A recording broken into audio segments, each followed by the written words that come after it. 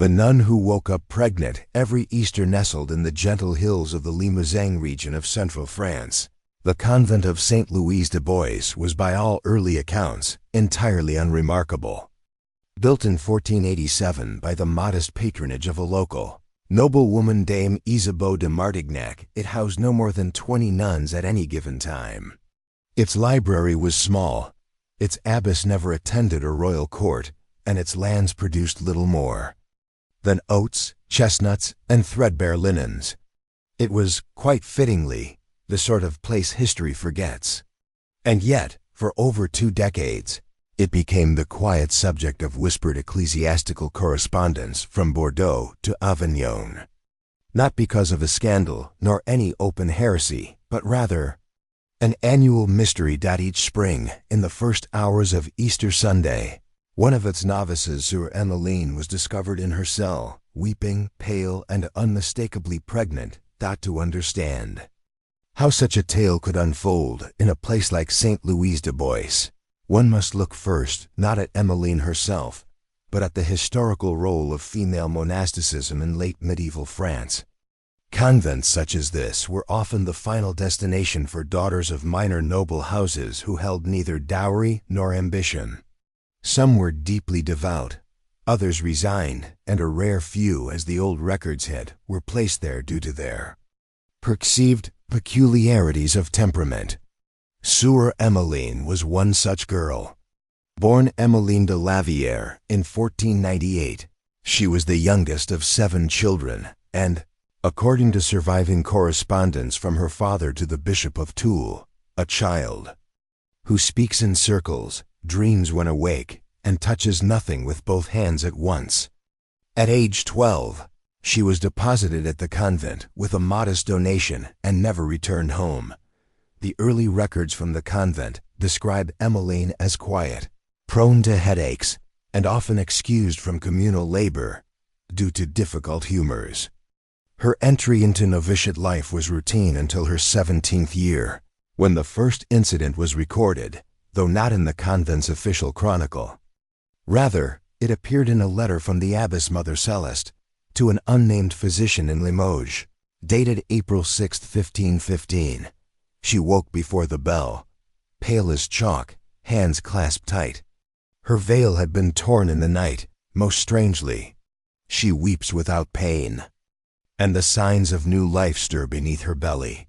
No formal diagnosis was made. The letter ends with the physician declining to travel, citing natural womanly irregularities. But what makes this letter notable is that it predates the first official inquiry by 4 full years. By Easter of 1518, the events had grown impossible to ignore. Sœur Emmeline was found again in the early morning, now with a visible swelling of the abdomen. This time, the abbess consulted the bishop of Limoges directly. His reply survives in the archives of the archdiocese. Surely this is a trick. A man or many must be at fault. Bind her, question her, watch her sleep, let no night pass unwatched. The convent obeyed. A rota was created. From March 1st to April 30th, each year, 3 nuns were assigned to remain in Emmeline's cell. Overnight, the small room was stripped of tapestries.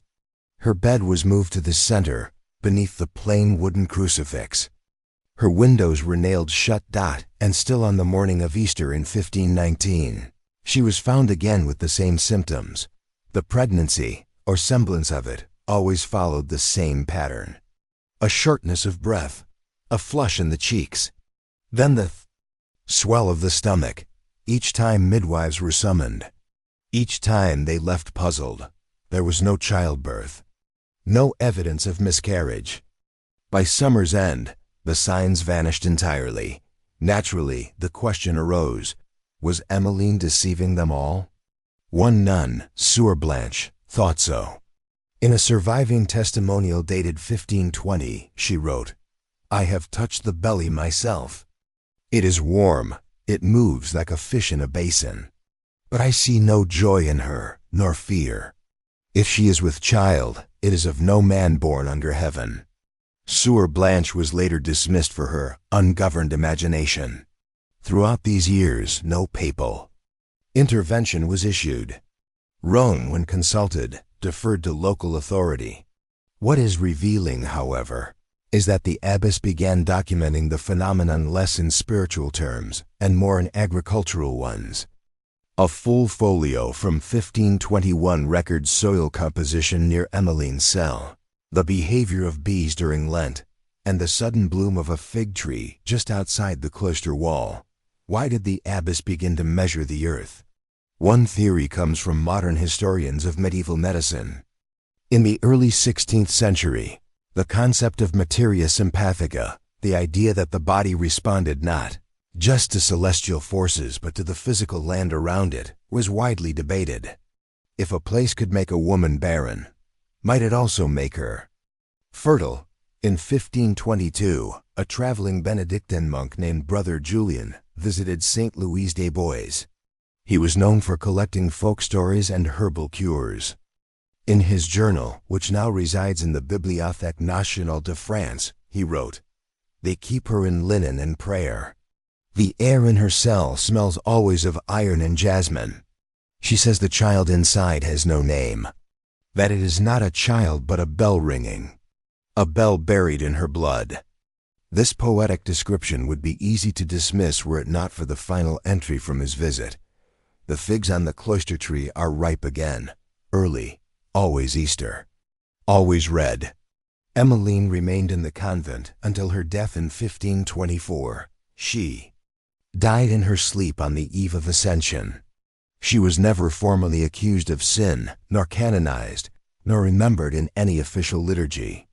Her cell was sealed for 50 years before being reopened and used to store wax for candle-making. And yet, her name appears in dozens of surviving letters, marginalia, and parish records across central France, always with the same note: the sister who bore life that never came. What, then, was happening within the cloister of St. Louis des Bois? Was it a case of psychological suggestion? A manifestation of deeply internalized religious belief? A metabolic disorder misread by the medicine of its time? Or was there something about that place, that season, that silence, which lent itself to mystery? After Sœur Emmeline's quiet death in 1524, the convent of St. Louis des Bois slipped back into its routine obscurity. There was no scandal, no immediate attempt to erase her story, but neither was there an effort to preserve it formally. Her cell, once so carefully watched and documented, became a storeroom. The fig tree outside her window, known for its unnatural blooming on Easter, was felled within the decade to make room for new vegetable beds. And yet, the memory of Emmeline persisted first in rumor, then in footnote, and later in the dry, slow documents of post-Reformation France. If the first chapter of her life belonged to the cloister, the second belonged to those who observed from without. It was in 1553, nearly 30 years after her death, that a Jesuit scholar named Antoine Lemoyne, researching patterns of monastic hysteria, encountered the abbess's Easter logs and Emmeline's rotations. Lemoyne was a meticulous chronicler, a man of discipline who traveled between Bordeaux and Bruges, collecting fragments of delusions of sanctity. His notes, still preserved in the archives of Toulouse, list St. Louis des Bois as a site of unconfirmed, recurrent gestational falsehood. He was the first to use the term phantom conception in reference to Emmeline's case. Lemoyne's diagnosis was blunt: mass hallucination of the monastic type, reinforced by seasonal liturgical trance. But his own assistant, Marie de Vernay, noted something else in the margins, and yet the midwives all concurred. Was it them too, in trance? Or are we too eager to close what we do not understand? Historians often ignore the assistants, but Marie de Vernay was not just a scribe. In 1560, she returned alone to St. Louis des Bois and conducted her own interviews. 5 elderly nuns remained who had known Emmeline in their youth. Their recollections varied in detail, but not in tone. All agreed she was strange but not mad, gentle but never simple. What Marie found most unsettling was their calm certainty. She wept only on Easter, one sister recalled. And she laughed only on the feast of the Immaculate Conception, another said. She never lied. Even when it would have helped her, even when we begged her to. Mary's private letter to a friend in Lyon captures her confusion. I went seeking madness and found instead silence. As if the whole place had agreed not to think too deeply. In the decades that followed, the convent changed hands and rule. In 1582, the Benedictines were replaced by a stricter Franciscan order. The records become less emotional and more procedural. But tucked in the annual property logs of 1591 is a peculiar expense. Repair of threshold to former Cell X. Minor. Flooding from below. Cell X had been Emmeline's room. That same year, a traveling apothecary wrote in his journal of a high spring in the hills of Limousin that seemed to leave rust-colored stains wherever it ran. The water, he said, was so rich in mineral that it turned linen to orange.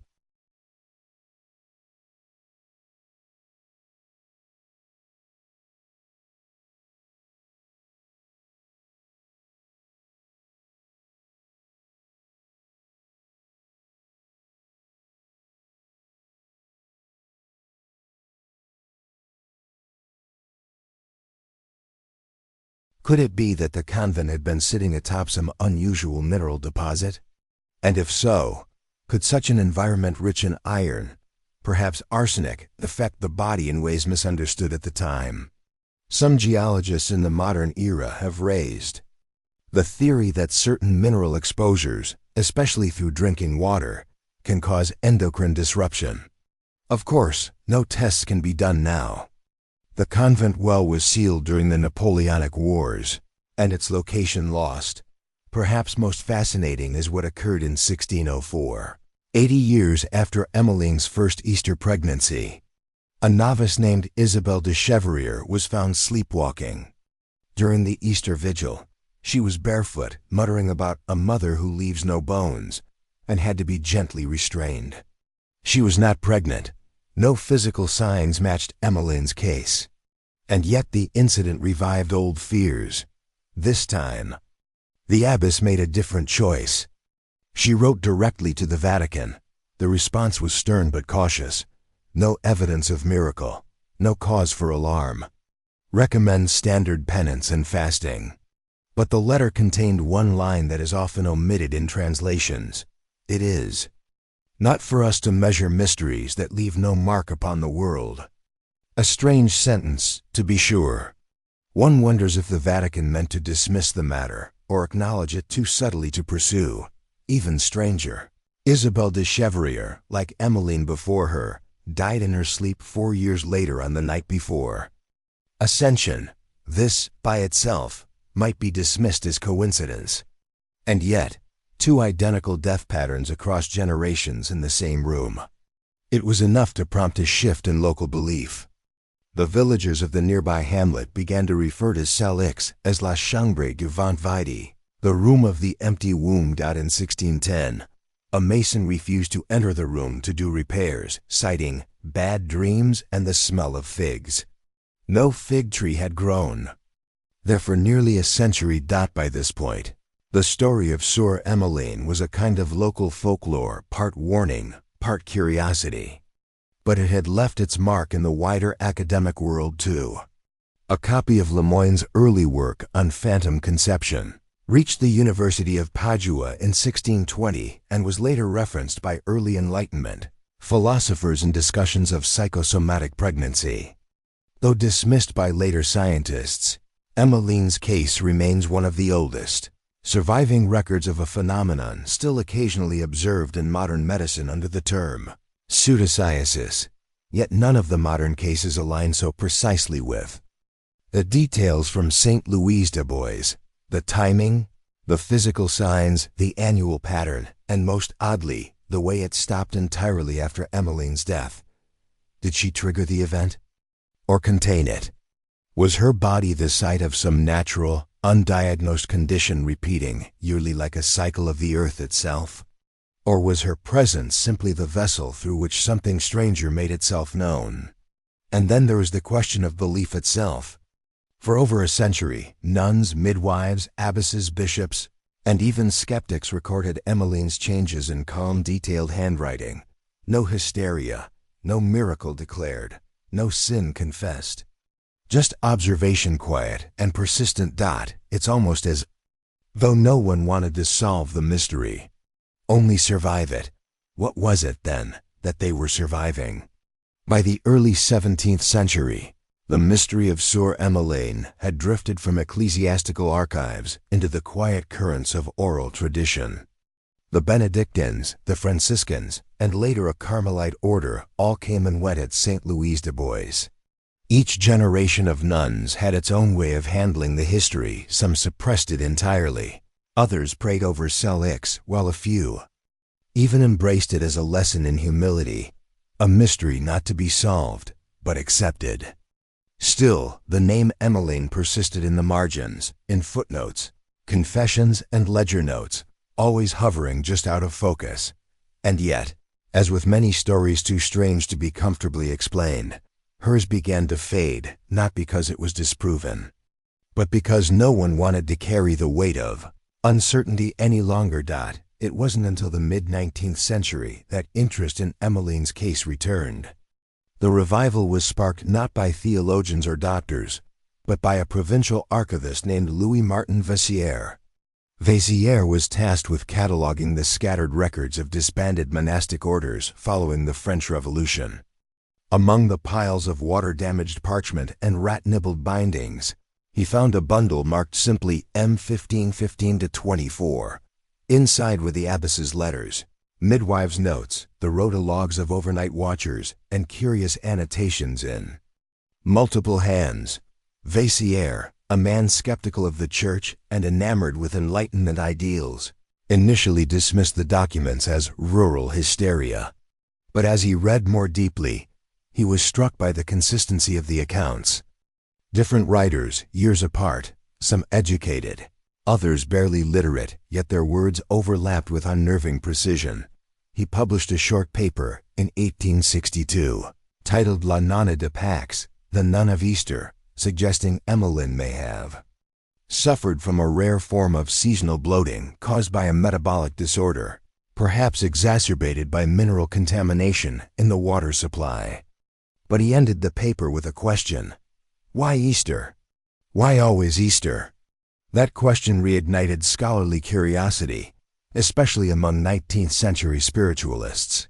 To them, Emmeline became a symbol of liminality, that elusive state between physical and spiritual, male and female, life and death. Her story was discussed in small journals, sometimes with reverence, sometimes with open skepticism.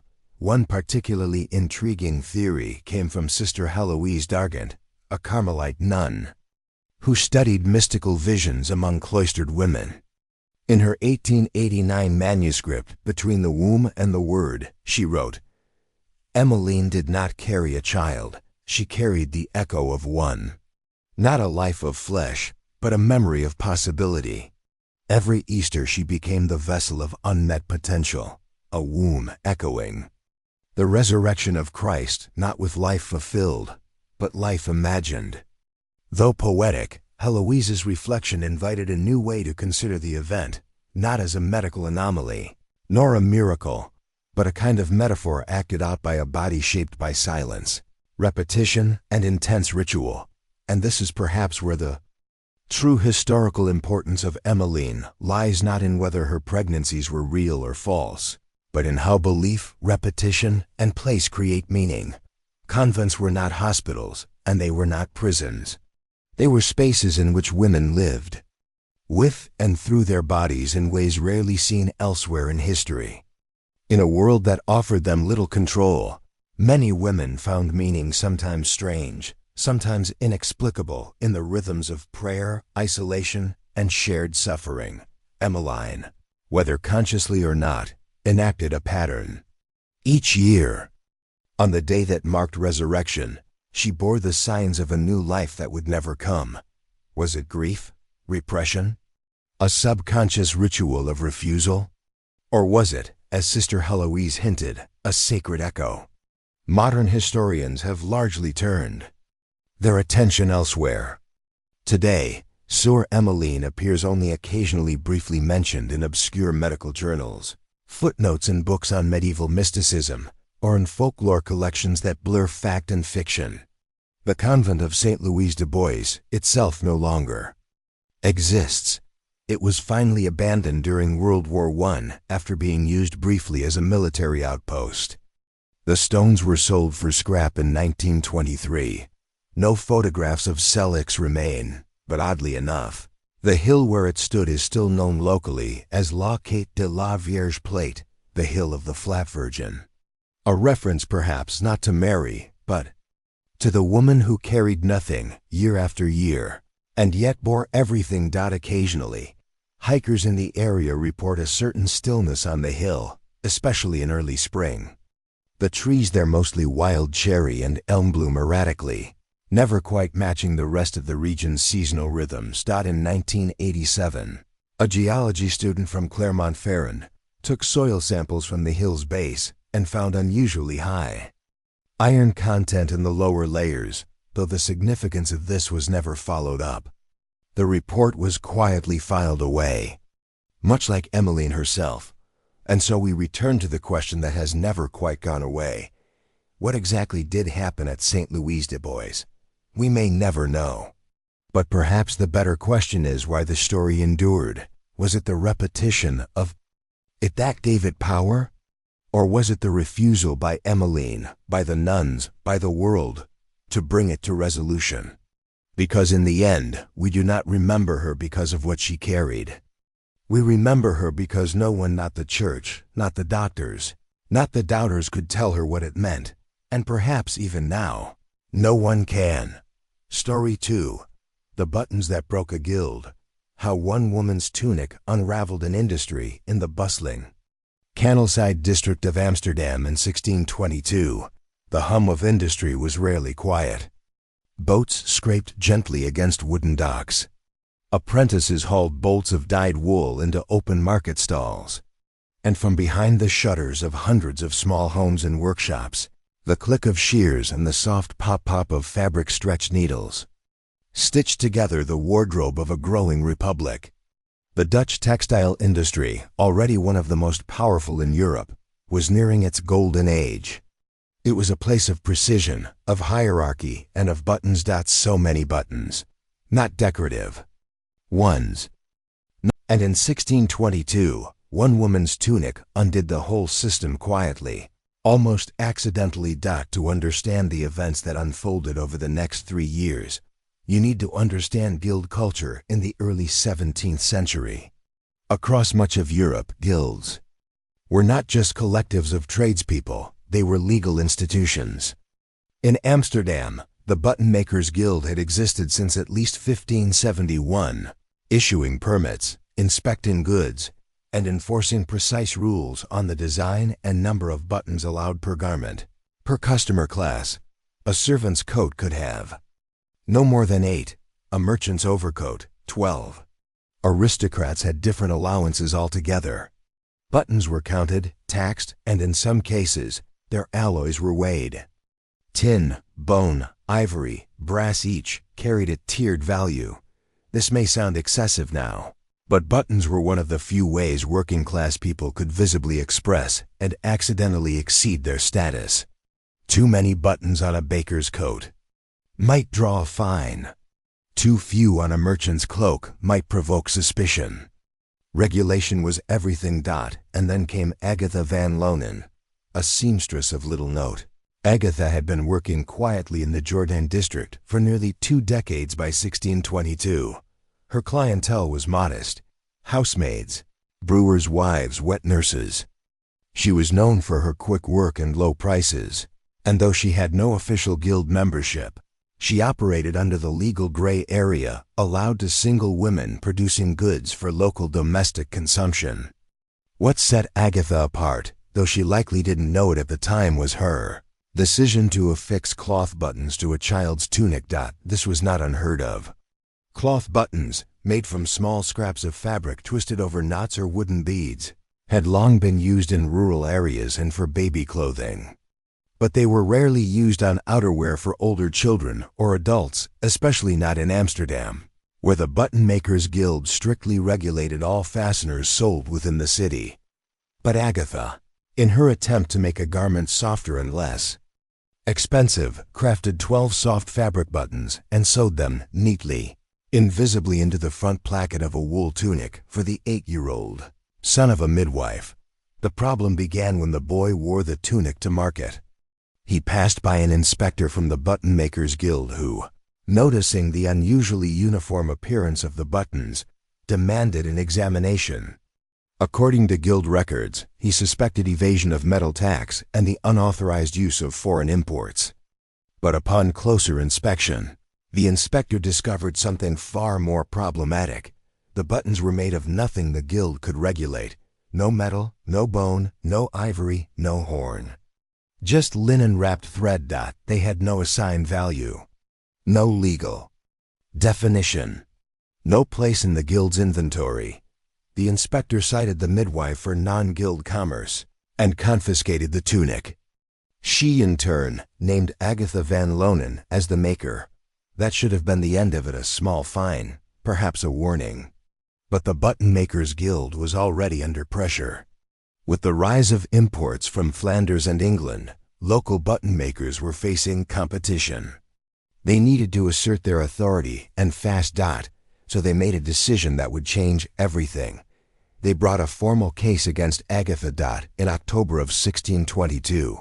A petition was filed with the city magistrates accusing Agatha of unlicensed production of button garments, using non-standard materials in violation of the craft protections of the Button Makers Guild. It was a bureaucratic sentence, but an unprecedented one. Never before had a seamstress been tried for making her own buttons. The court records from that trial survive in remarkable detail. They reveal a fascinating, slow unraveling of assumptions. The judges asked, "Is a cloth button a button?" The Guild replied, "Yes, if it fastens it qualifies." But Agatha's advocate argued, "No. Cloth closures are integral parts of the fabric. They are stitched form, not separate units of commerce." This distinction might seem minor, but it shook the foundation of the Guild's control.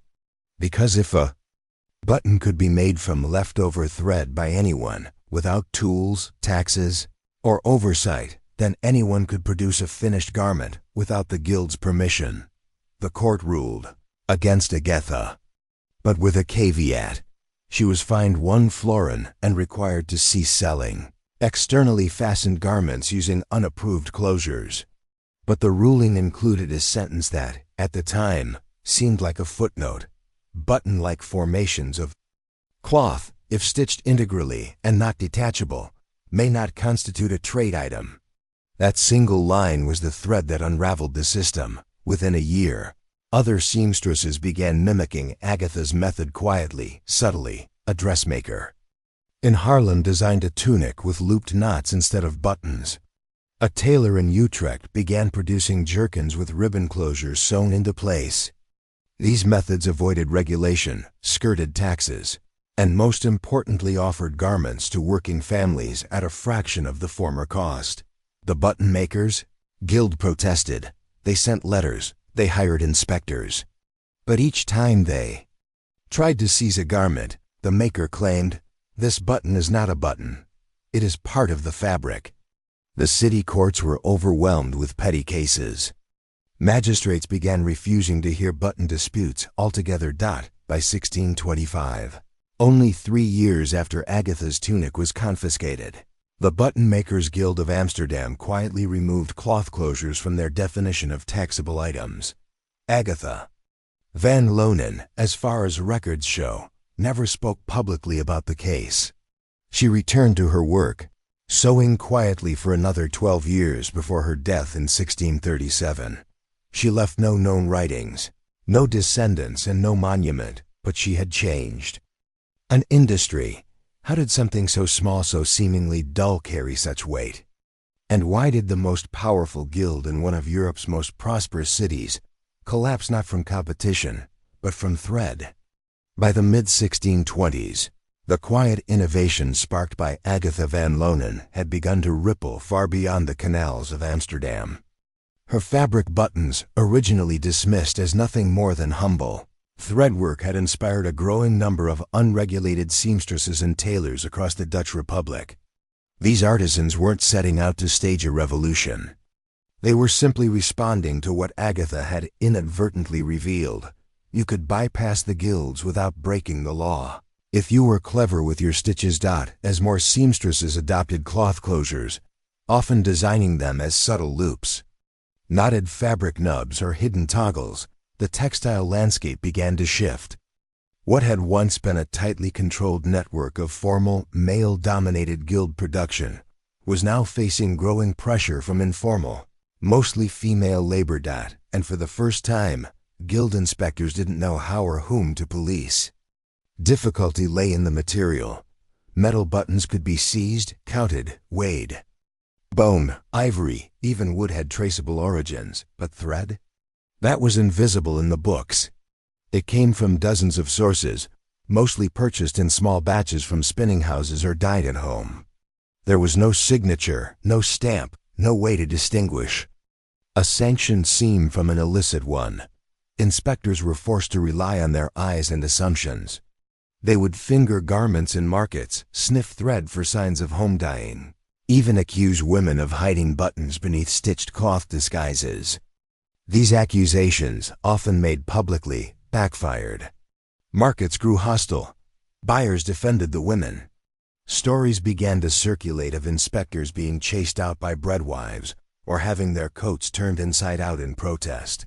And still, cloth closures spread. By 1628, Amsterdam's Button Makers Guild had lost nearly a third of its former revenue from fines and inspections.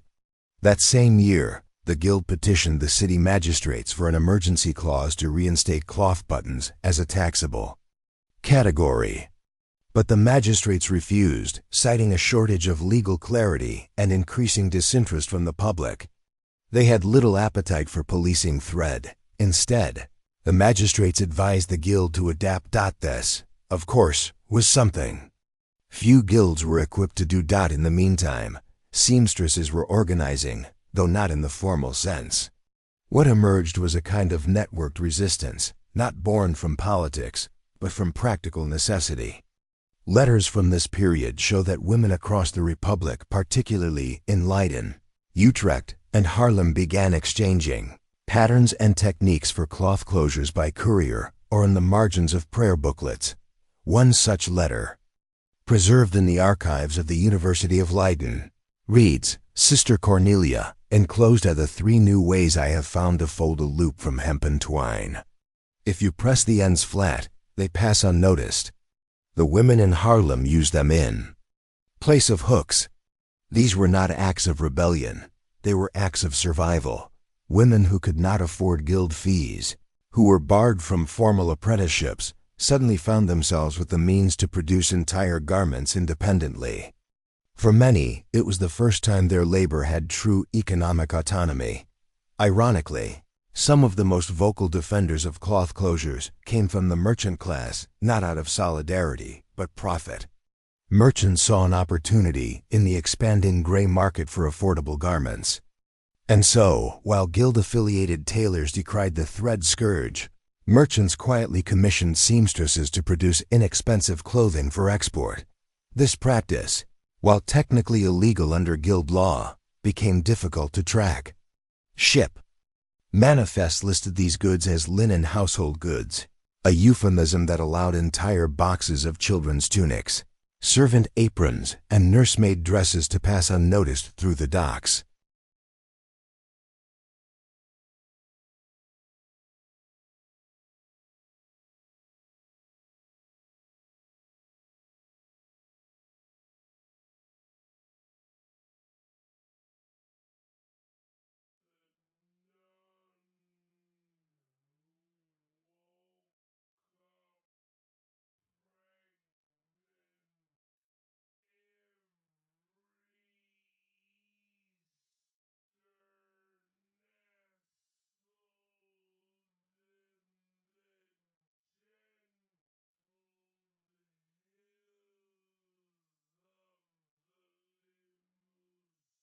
Amsterdam's own port records from 1631 show a spike in unnamed textile exports with no guild seals.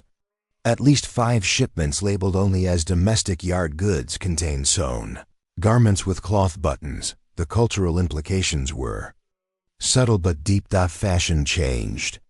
Where once decorative metal buttons had served as markers of wealth, now a kind of minimalism took hold, particularly in the urban lower classes. Tunics closed with knotted thread became popular, not just because they were cheap, but because they signaled practicality, even quiet resistance. What began as a workaround had become a style. This was not lost on satirists. A popular street rhyme from the time went, "Gold on your coat, but holes in your bread. Thread holds the warmest, and none lose their head." The rhyme was a jab at guilds who prioritized form over function, and it reflected the growing public disdain for needless regulation. By 1635, the Button Makers Guild in Amsterdam was functionally obsolete. Though it continued to issue licenses and maintain its hall, its influence had waned to such an extent that other tradesmen, shoemakers, glovers, even hatters, began experimenting with their own unregulated closures. Buttons, once a symbol of order, had become optional. In 1637, the same year Agatha van Lonen passed away, a group of journeyman button makers attempted to revive the guild by appealing to nostalgia. They launched a public campaign with pamphlets that read, "Metal holds fast, cloth decays. Let tradition be your seam." But the appeal fell flat. Times had changed. The market had moved on. And most importantly, the people no longer feared the guild's authority. Agatha herself never profited from her legacy. She never opened a workshop, led a movement, or published a technique. She lived in the same rented room above a dyer's stall until her death. Her burial was unmarked. Her estate, such as it was, consisted of 2 thimbles, a box of flax, and a wool-lined tunic with soft buttons, donated to a midwife's daughter. But her impact was undeniable.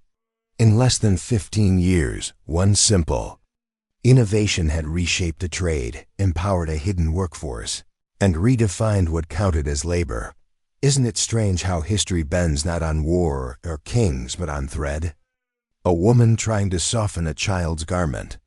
A loophole that no one noticed until it was too late. A guild brought down not by violence, but by a seam that couldn't be taxed. By 1643, 2 decades after Agatha van Lonen sowed her quiet defiance into a child's tunic, the landscape of Dutch textile regulation looked very different. What had once been a rigid web of guild-dominated commerce was now marked by quiet flexibility, an uneasy truce between authority and necessity. Though some guilds still tried to enforce standards, many, like Amsterdam's Button Makers Guild, were left behind, ignored rather than overthrown. But the story of the cloth button, and the modest seamstresses who wielded it, didn't end with the collapse of guild authority. Instead, it evolved, absorbed into broader structures, adopted into new forms of commerce, and eventually forgotten. This final section traces the fading of a rebellion sown not in banners or treaties, but in thread, its influence woven into daily life until no one could quite say where it began. Following the guild collapse, the informal seamstress networks that had flourished in cities like Haarlem, Utrecht, and Rotterdam began to stabilize into what we might call household cooperatives. They weren't formal associations with leadership or charters, but rather clusters of women who shared patterns, divided labor, and pooled resources. These groups operated largely without recognition, but that invisibility proved to be there. Strength. Records from Leiden in 1646 show that over 60% of working-class women's garments were produced without guild affiliation. A modest percentage of those garments, especially children's clothing, featured cloth buttons, toggles, and knotted closures. These were no longer just workarounds. They had become design norms, functional and stylistically neutral. In a strange reversal, the very methods once seen as illicit began to shape the visual vocabulary of fashion for generations to come. Still, not everyone welcomed the shift. Some former guild members attempted to rebrand themselves as fastener specialists, selling high-end buttons and closures to the merchant elite. These luxury closures, gilded brass, engraved ivory, were marketed not for utility, but status. And in wealthier districts of Amsterdam, a peculiar visual split emerged. The working class wore knotted thread, while the merchant class clung to shiny tokens of order. Even within this new system, however, the social meaning of buttons was changing. Where once they defined class boundaries, they now served more often as optional ornamentation. That change filtered into art as well. Paintings from the mid-17th century reflect a notable decline in visible buttons among sitters in middle class attire. Many garments and portraits from this period display simple, smooth closures or none at all, suggesting that even among the aspiring bourgeoisie, the cloth button had left its mark. Over the following century, the Dutch Republic experienced a series of economic and political transformations, many of them vast and well documented. But amid these sweeping changes, the story of the button largely vanished from official accounts. This was not due to lack of importance, but rather because cloth closures had become ordinary. Once absorbed into daily life, their revolutionary quality was no longer noticed. Cloth buttons became so ubiquitous that they ceased to be a topic of interest. No longer controversial, they were simply a feature of living. By the 18th century, tailors throughout Europe were using some form of cloth closure. In France, they became associated with rural dress. In England, they appeared on nursery smocks and domestic servant uniforms. In Prussia, military training jackets often featured knotted cloth buttons that would not shatter under pressure or rust from sweat. The Industrial Revolution would eventually formalize this trend. By the early 1800s, machines capable of producing fabric-covered buttons in volume were introduced, erasing the line between hand-sewn rebellion and mass-market product. And Agatha? Her name was not remembered. She's not mentioned in Standard Dutch textile histories. No statue was erected. No plaque marks her home. The only surviving record of her life, a brief court notice, a municipal fine, and a faded burial listing, says nothing of her influence. And yet, she is there. In every child's tunic stitched with care. In every coat closed not with wealth, but with necessity. In every unrecognized seamstress, whose hands made garments under the weight of rules she never wrote. Agatha became part of the great, invisible fabric of history, not the kind made of thread, but the kind woven from action, repetition, and quiet refusal. There's a certain poetry to it, isn't there? A guild built to regulate, define, and preserve the boundaries of trade, undone not by external enemies or political uprising, but by a woman trying to make a child's shirt more comfortable. A resistance carried not in slogans, but in the fold of linen, in a button no one saw coming. Today, the buttons we use are taken for granted. They are plastic, interchangeable, often mass-produced. But the legacy of the cloth button, of innovation through necessity, remains stitched into the history of labor, gender, and craft. It is the story of what happens when those on the margins are given or take the space to solve problems on their own terms. And perhaps the most remarkable thing is not that the guild fell, but that no one ever truly noticed the moment it came undone. Story 3. The village that banned clocks and lost track of time, tucked deep in the Jura Mountains, near what is now the border between France and Switzerland. The village of St. Eloy-sur-Bois was a quiet collection of about 60 households, a chapel, a forge, and a schoolhouse with 2 uneven benches. The village was named for St. Eligius, the patron saint of metalworkers, though few there still practiced the trades he was known for.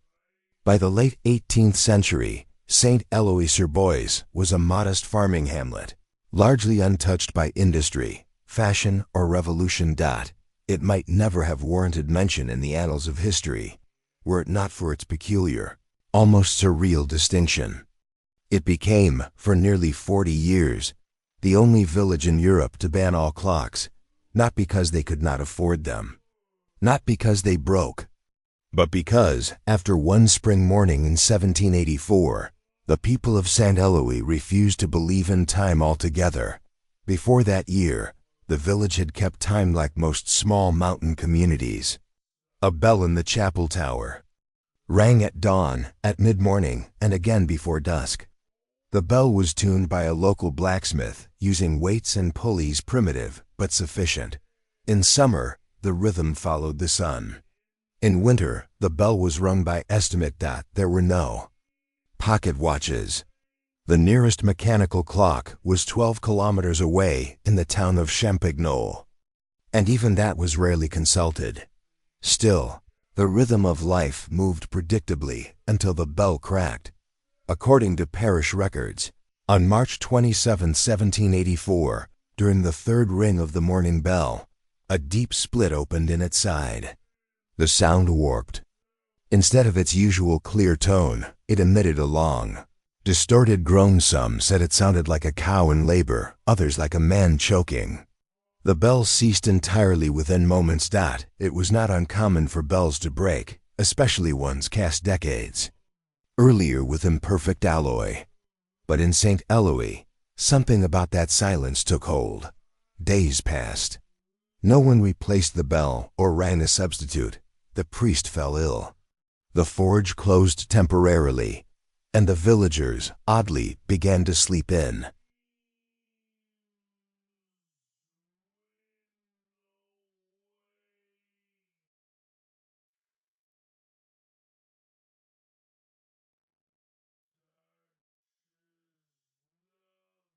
It started gradually. The baker opened her ovens later.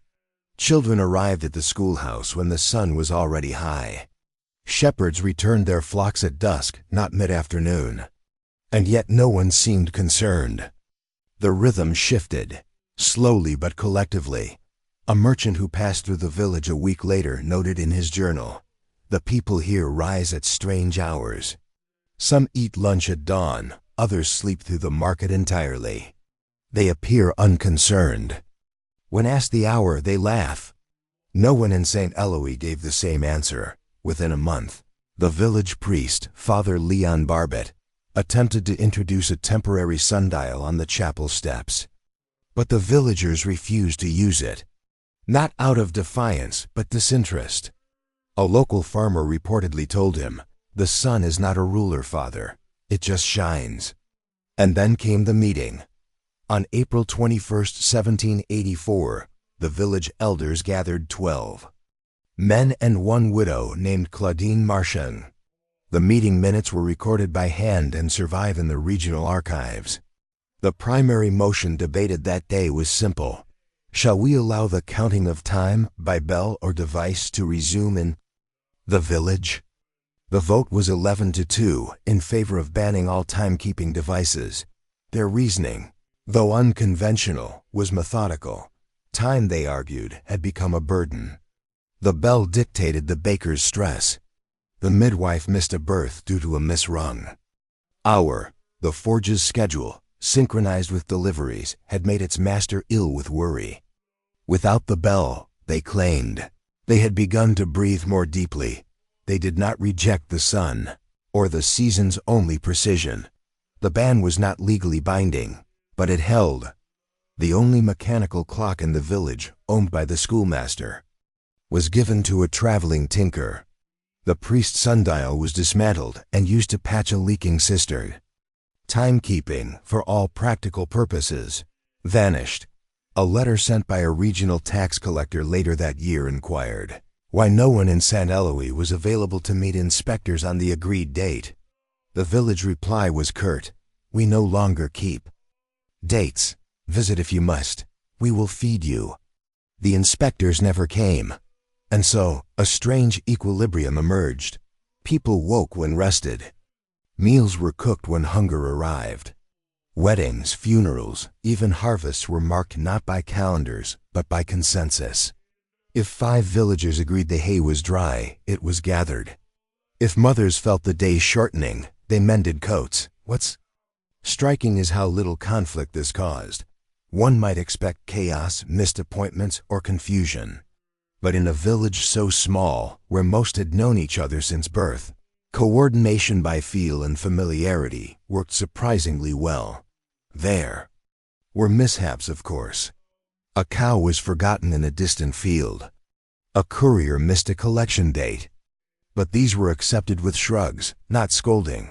One villager, writing to his cousin in Dijon, described it this way: "The days are longer when you do not number them." Visitors from outside the village often struggled. Merchants complained of delayed orders. Relatives from nearby towns became disoriented, unable to time meals or meet hosts. Some accused the villagers of laziness, but others, especially those weary from city schedules, found the place peaceful. A traveling watchmaker, stranded there by rain in 1787, left behind a small diary. In it, he wrote, "I have not wound my watch in 4 days. I do not know whether I am late. It is a strange relief." Still, the outside world loomed. France in the late 1780s was in turmoil. Revolution brewed. Calendars were being rewritten. And in 1791, a curious edict from the new Republican government arrived in Saint-Héloïse-sur-Bois, a request for the village to adopt the new French Republican calendar. The villagers returned the decree unopened, with a note attached: "We use the seasons. Yours are not better." That was the last official communication received for over 10 years. And so, the village that banned clocks slipped further from conventional timekeeping. But how did this experiment end? Did the rhythm hold? Or would the weight of the outside world eventually press time back into every corner of the hills? By 1792, as France began its chaotic march through revolution, regicide, and reinvention, the small village of Saint-Héloïse-sur-Bois remained stubbornly distant, not by distance, but by philosophy.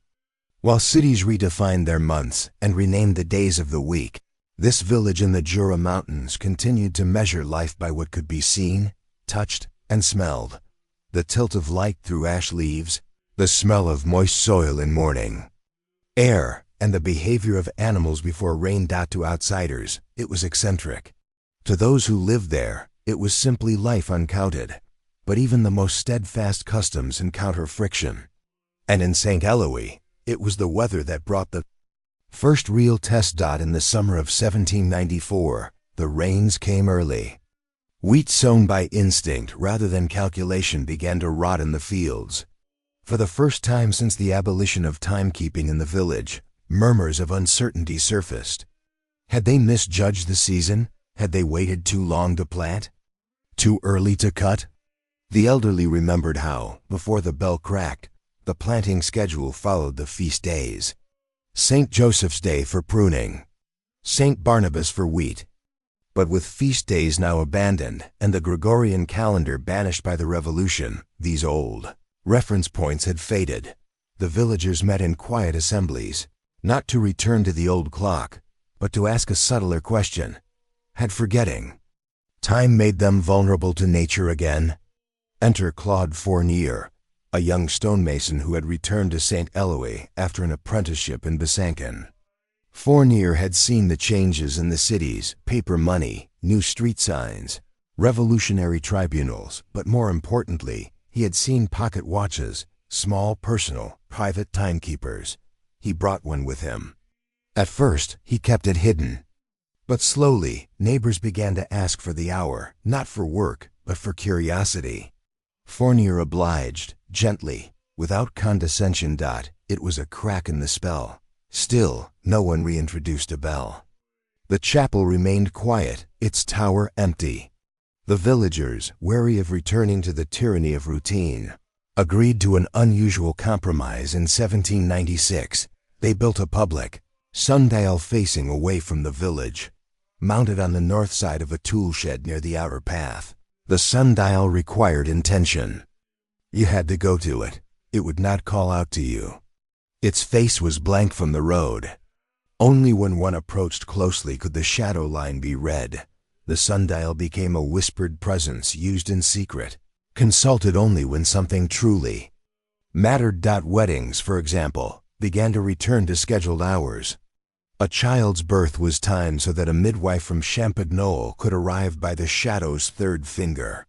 But outside the village, time was no longer a personal matter. It was a weapon of revolution.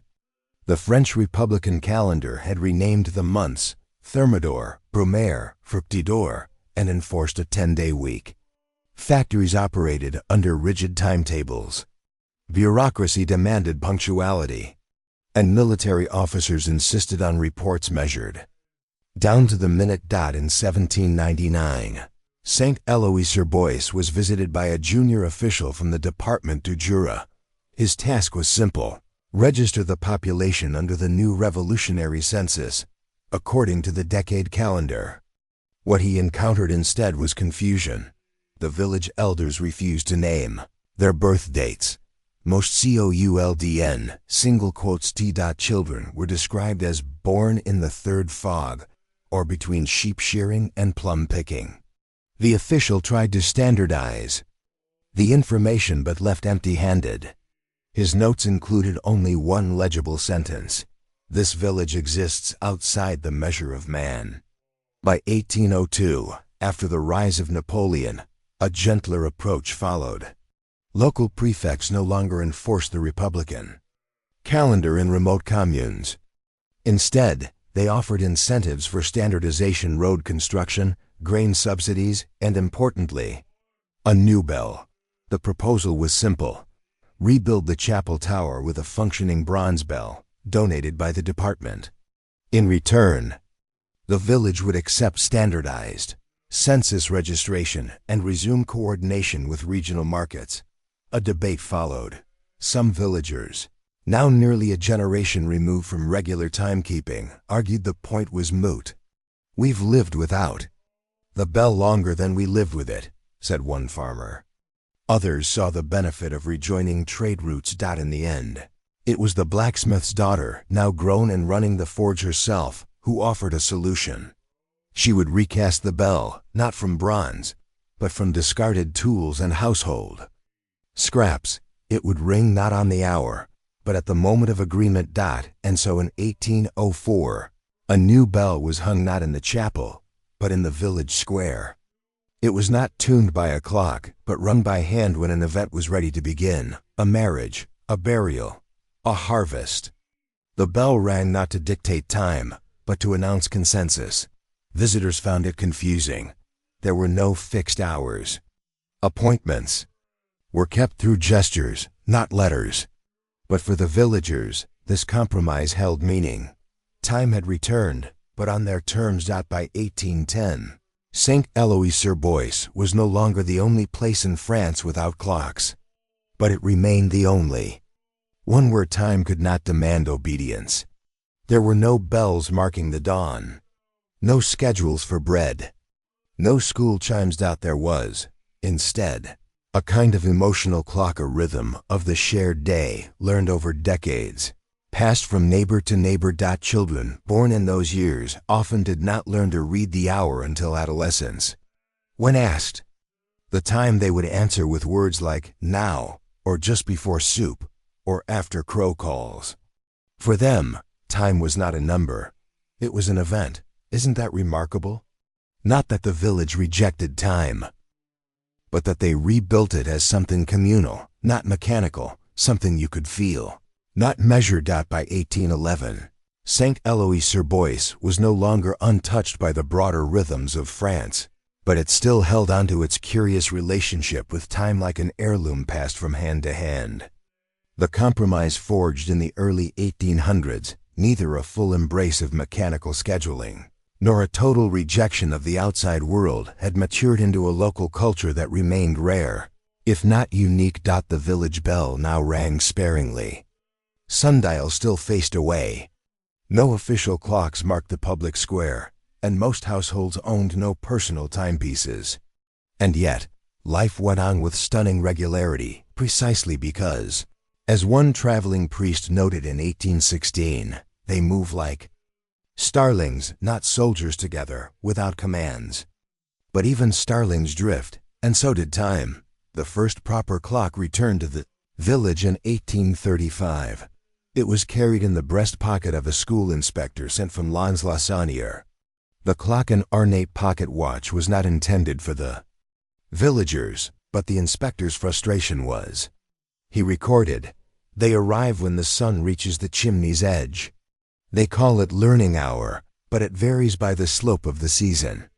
Though his report suggested replacing the schoolteacher, the prefect ignored it. Rural communities, he noted, had different needs still. The idea of the clock had returned. In 1842, a merchant woman named Colette Four opened a small goods shop in the village's southern lane. Among her wares, buttons, tobacco, tea, and 2 used pocket watches. She didn't expect to sell them, but within a month, both were gone. Purchased not by travelers, but by teenagers. Boys, specifically, who admired soldiers and imagined life in the cities. They wore the watches on chains without winding them. At first, but over time they began to use them to coordinate secret meetings, to arrive at gatherings in sync. The watches became tokens not of time, but of independence. Private time. The village elders were unsettled. One, in a surviving letter, called the watches metal hearts that beat without feeling. By the late 19th century, mechanical timekeeping had fully returned. The school received a clock. The chapel tower was fitted with a refurbished bronze bell, this time donated from a disused barracks. The bell rang every Sunday, but never more than once. A kind of gentle truce had emerged between the old rhythm and the new. Still, some villagers resisted. A dairywoman named Mary Ann Breckett refused to keep a clock even into the 1920s, she told a journalist during a 1923 regional census. "If the cows are hungry, I milk. If the bread is warm, I eat. The sun knows better than the gears." Her story was printed in a provincial paper and soon picked up by a national publication, which dubbed her Le Femme Sans Temps, woman without time. Tourists began visiting. That attention led to what might be called a soft gentrification. By 1932, the village had 3 cafes, 2 guest houses, and 1 small museum housed in the former schoolhouse dedicated to the clockless years. The museum displayed the original broken chapel bell, bits of correspondence with prefects, and an early sundial with no hour marks, only the word midi etched into stone. The exhibit was understated, quiet, like the village itself. But then came the war. During the German occupation of France in the 1940s, the village fell under a zone that required curfews and timed inspections. Watches returned. In earnest. Radios arrived, then public announcements. The last truly unwound decade of St. Aloys-sur-Bois ended in 1941. No bell rang to mark its passing. In the decades since, the village became more conventional, though it remains small. As of the last census, its population hovers around 320. Children attend school on regular schedules. Buses run. Stores open and close. But there are still echoes of the old rhythm. The current town hall, painted pale yellow and lined with planters, has no central clock. The church bell rings, but not on the hour, only before Mass or weddings. And some residents, particularly the elderly, refer to time using phrases like "after the bread truck" or "when the shadow hits the stone fence." In 1997, a Dutch anthropologist named Evelien Boone published a small monograph titled Village Without Time, Oral Histories of St. Aloys-sur-Bois. She interviewed residents born before 1930, asking how the clockless years were remembered. Their answers were hesitant, poetic, and slightly skeptical. "I don't remember it as peace. I remember it as space. The days were longer when no one said they weren't. Time still passed. We just didn't argue with it." Her book never received wide circulation, but among rural historians, it has become a quiet touchstone, an example of temporal culture The idea that time is not only measured but lived, shaped by habit, not just hands on a dial dot, and so we come to the present. St. Eloy Surbois has clocks now. It has Wi-Fi and digital calendars. But its streets are still slow. Visitors say they feel something different in the air, something unhurried. Shopkeepers don't rush. Appointments start with apologies and smiles, not scolding. It's not that time stopped. It's that, long ago, the people here learned how to listen for its quieter voice.